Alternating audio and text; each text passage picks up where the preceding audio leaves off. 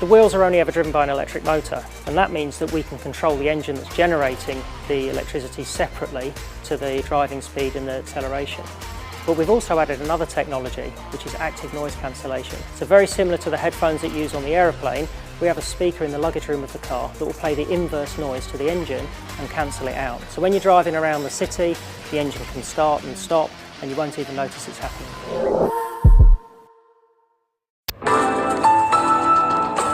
A LISTNR production.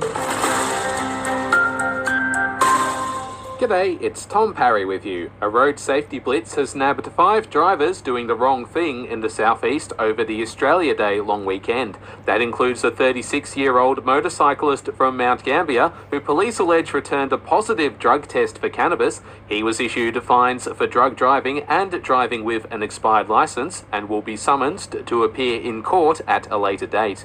Organic waste collection services look set to continue in Grant District amid a positive response to an ongoing trial. The pilot program is currently underway in areas such as Port Macdonald and Compton, with Mayor Kylie Boston telling the Border Watch newspaper participation has been very strong so far.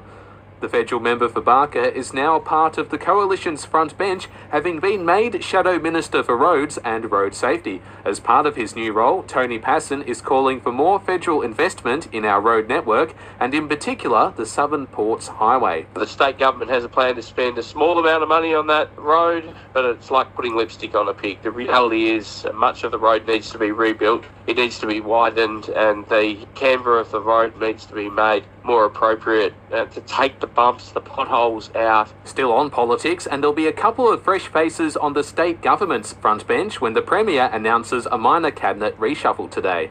He's having to replace Dan Cregan as Police Minister after the independent MP announced plans to step out of politics.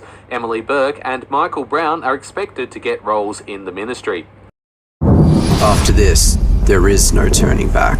You sip the red can, the story ends. You sip the black can, you enter dreamland. And I show you just how good the truth can taste.